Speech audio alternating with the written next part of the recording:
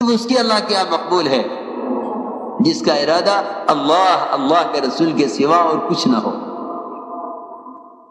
اس لیے ہم نے بات عرض کی ہے کہ ایک تو نیتیں درست ہوں، کیونکہ یہ سب سے بڑی رکاوٹ ہے اللہ کی طرف سے ہدایت کے ملنے میں۔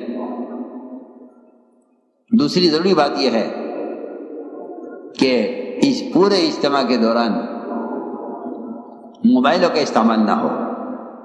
اگر جبرائیل محمد صلی اللہ علیہ وسلم کے پاس آسمان سے وحی کے پہنچانے کے ایک اہم کام کے لیے بھی آپ کے پاس نہیں آ سکتے، آپ کے گھر کے پردے پر گھوڑے کی تصویروں کے ہونے پر، تو پھر ہمیں کیسے اس بات کی امید ہے کہ ملائکہ ہماری مجلسوں میں نازل ہوں اور ہم ملائکہ کو پروں میں رہ کر تربیت اور ہدایت حاصل کریں؟ یہ کیسے ممکن ہو سکتا ہے؟ اس حرام کو ہلکا سمجھنا اور اس کی جواز کی شکلیں نکالنا یہ اچھی بات نہیں ہے، اس لیے کہ صحابہ کرام وہ ہدایت کے لیے ایسے ہیں جیسا اندھیری راتوں میں ستارے وہ راستے دکھانے کے لیے ہوتے ہیں۔ اصحابی کا نجوم، میرے صحابہ ستاروں کی طرح ہیں۔ حضرت عمر رضی اللہ تعالی عنہ وہ ایک حلال چیز کے نقصانات کو دیکھتے تھے، حلال کے مفاسد کو دیکھتے تھے کہ یہ چیز حلال ہے، اس کا نقصان کیا ہے؟ چیز حلال ہے، اس کا نقصان کیا ہے؟ اور کہتے تھے کہ یا رسول اللہ اس کو حرام کرا دیجئے، اس کا نقصان ہم دیکھ رہے ہیں۔ شراب کے نفع سے انکار نہیں کیا، شراب کے نفع سے انکار نہیں کیا قرآن نے کہ نفع ہے، لیکن اس کے نفع کے ساتھ اس کا نقصان بیان کیا۔ اور صحابہ کرام نے، حضرت عمر رضی اللہ خاص طور پر شراب کے نشے کا نقصان وہ عبادات میں دیکھا کہ اس کی وجہ سے نماز میں خلل ہو رہا ہے۔ سوچو، غور سے سنو، اس کی وجہ سے نماز میں خلل ہو رہا ہے کہ لوگوں کی نمازیں بگڑ رہی ہیں۔ ہر وہ چیز جو مومن کی عبادت میں خلل پیدا کرے وہ چیز پاس رکھنے کے قابل نہیں ہے۔ ہم تو فرائض میں بھی اس کی پرواہ نہیں کرتے، وہ صحابی جو اپنے باغ میں نفل نماز پڑھ رہے تھے، اس نفل نماز کے دوران چڑیا کو باغ سے نکلنے کا راستہ نہ ملا، اتنا گھنا باغ کہ چڑیا کو نکلنے کا راستہ نہ ملا۔ اس سے نفل نماز میں جو خلل پیدا ہوا کہ دھیان نہیں رہا کہ کون سی رکعت ہے، اس پر پورے باغ کو، جو 50,000 کا باغ تھا، جو ان کی کمائی کا واحد ذریعہ تھا، اس باغ کو صدقہ کر دیا، یہ کہہ کر کہ جو چیز ہماری عبادت میں خلل پیدا کرے ہم اس چیز کو رکھنا نہیں چاہتے۔ اللہ اکبر۔ حلال آمدنی کا ذریعہ باغ 50,000 کی اس کی قیمت تھی،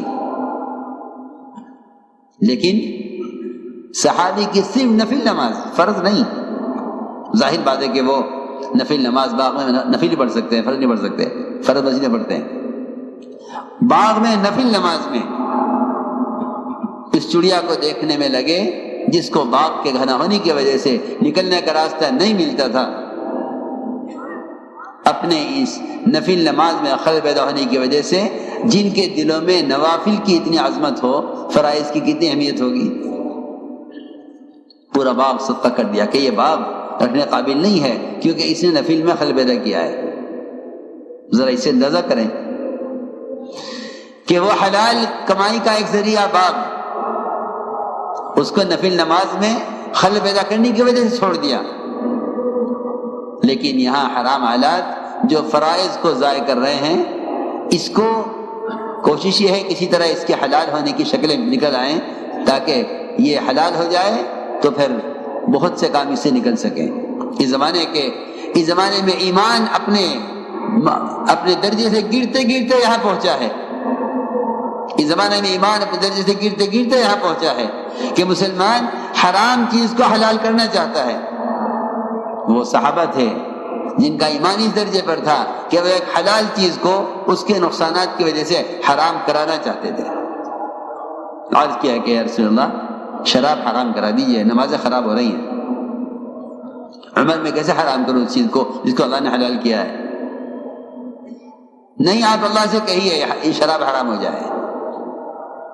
حضرت عمر کی چاہت پر شراب حرام ہوئی ہے، جی ہاں، عبادات میں خلل پیدا کر رہی تھی۔ حضرت عمر کی چاہت پر پردے کا حکم آیا ہے کیونکہ بے پردگی معاشرے کو خراب کر رہی تھی،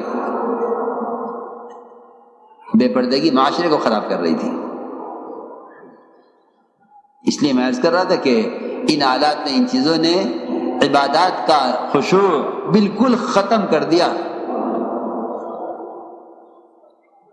تو لوگ اس کے جواز کی کوشش میں لگے ہوئے ہیں، جی ہاں، اور تعویلیں کرتے ہیں، تعویلیں، حالانکہ حدیث میں صراحت ہے، حدیث میں صراحت ہے کہ سب سے سخت عذاب میں جہنم میں وہ ہوں گے جو تصویر لینے والے ہوں گے، سب سے سخت عذاب میں۔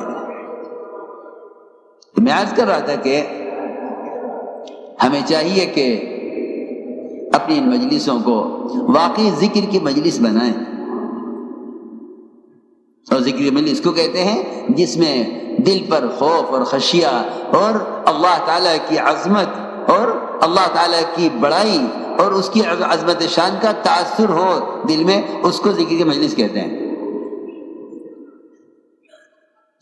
اگر دلوں میں یہ تأثر نہیں ہے تو پھر وہ غفلت کی مجلسیں ہیں۔ اس لیے میرا عزیز دوستو، اس 3 دنوں میں تو ہم اپنے آپ کو پابند بنائیں اس کا، اس لیے کہ تربیت مطلوب ہے، تربیت مطلوب ہے۔ حضرت فرماتے تھے وہ ذکر اور وہ تذکرے اور وہ مجلسیں جن سے اللہ کا تأثر پیدا نہ ہو وہ کانوں کی عیاشی ہے، وہ کانوں کی عیاشی ہے جس سے اللہ کا تأثر پیدا نہ ہو۔ اس لیے ہمیں چاہیے کہ اپنے آپ کو ان خاص ان 3 دنوں میں اپنے آپ کو خروج کے زمانے اپنے آپ کو اس کا پابند بنائیں، اس لیے کہ تربیت مطلوب ہے، اللہ کی ذات کے ساتھ تعلق مطلوب ہے، اللہ کی ذات کے ساتھ تعلق مطلوب ہے، اللہ کا تأثر پیدا کرنا مطلوب ہے دعوت سے۔ اور دعوت کا خاصہ ہے یہ کہ دعوت اللہ کا تأثر پیدا کرتی ہے، کہ دعوت اللہ کا تأثر پیدا کرتی ہے۔ اللہ کا تأثر اتنا پیدا ہوگا جتنا اللہ کو بولا جائے گا۔ اس لیے اللہ تعالی نے قرآن میں شرط لگائی ہے، فرمایا ان تنصروا اللہ ینصرکم ویثبت اقدامکم۔ میں نے آیت اس لیے پڑھی تھی تاکہ سب سے پہلے پورا مجمع اس بات کو سمجھے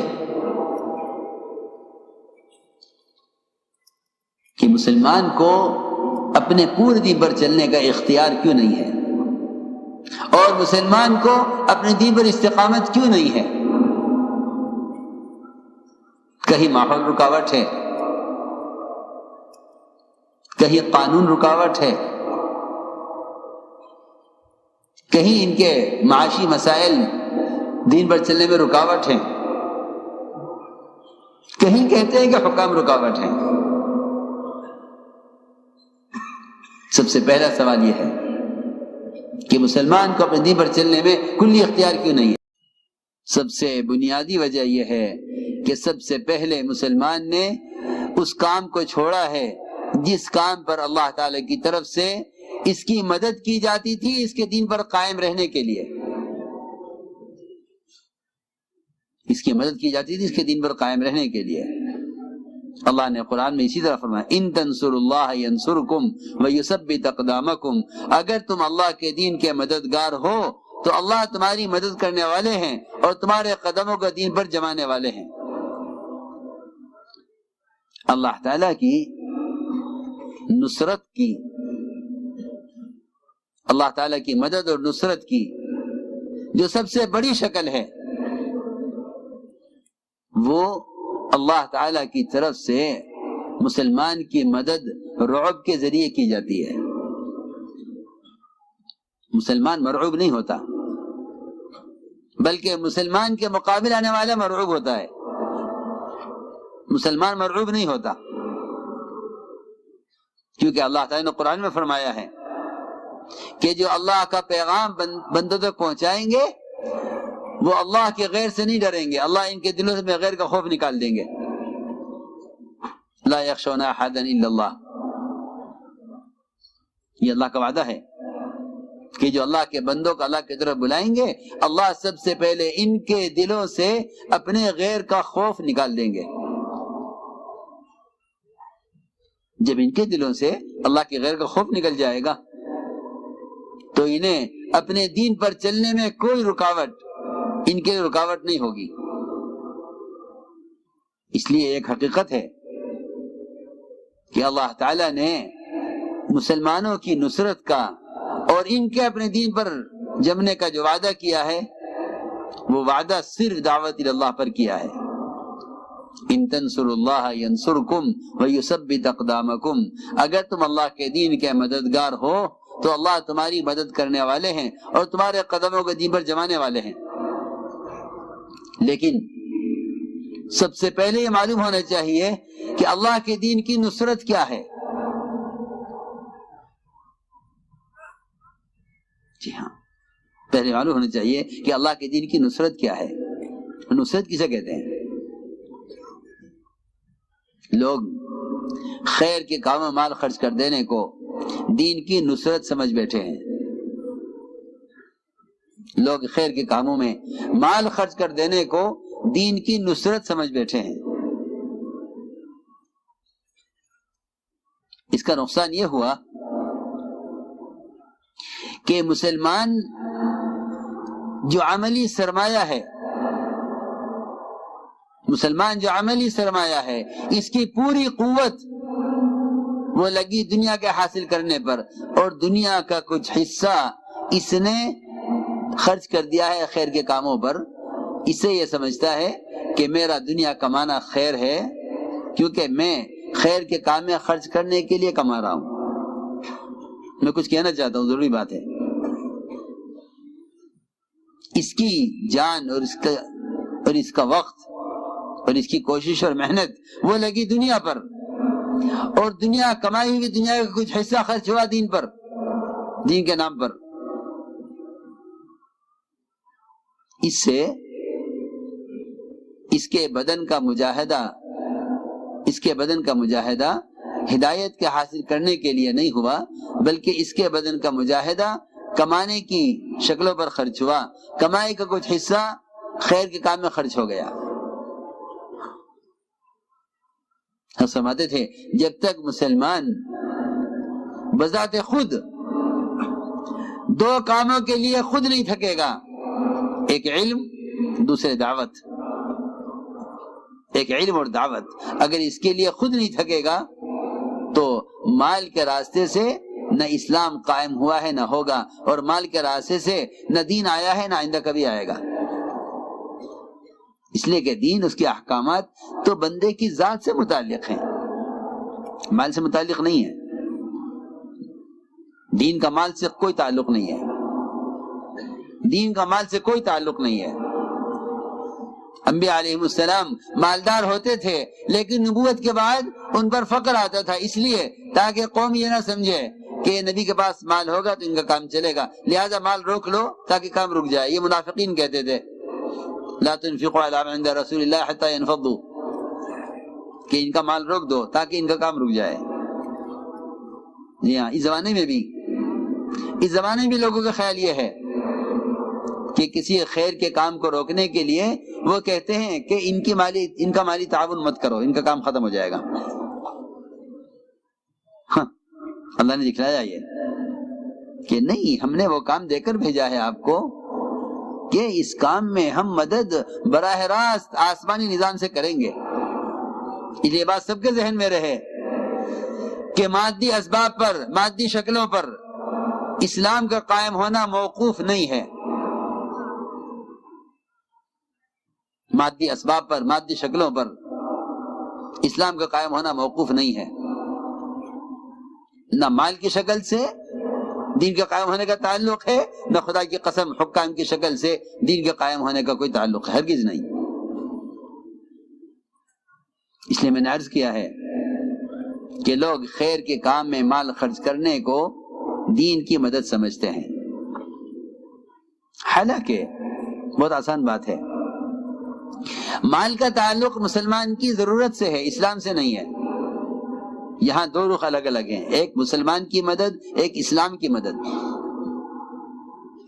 مسلمان کی مدد مال سے ہو سکتی ہے، بیواؤں پر، یتیموں پر، مسکینوں پر، پریشان حال لوگوں پر، مقروضین پر، بیماروں پر خرچ کرو. قرآن نے بہت ہی اس کے فضائل بیان کیے. لیکن مال کو سمجھنا دین کی مدد کے لیے، اور مال سے سمجھنا کہ دین کی نصرت ہوگی کہ نہیں. دین کی نصرت کا تعلق تو ہر فرد کے خود اپنی ذات کے اعتبار سے استعمال ہونے پر ہے.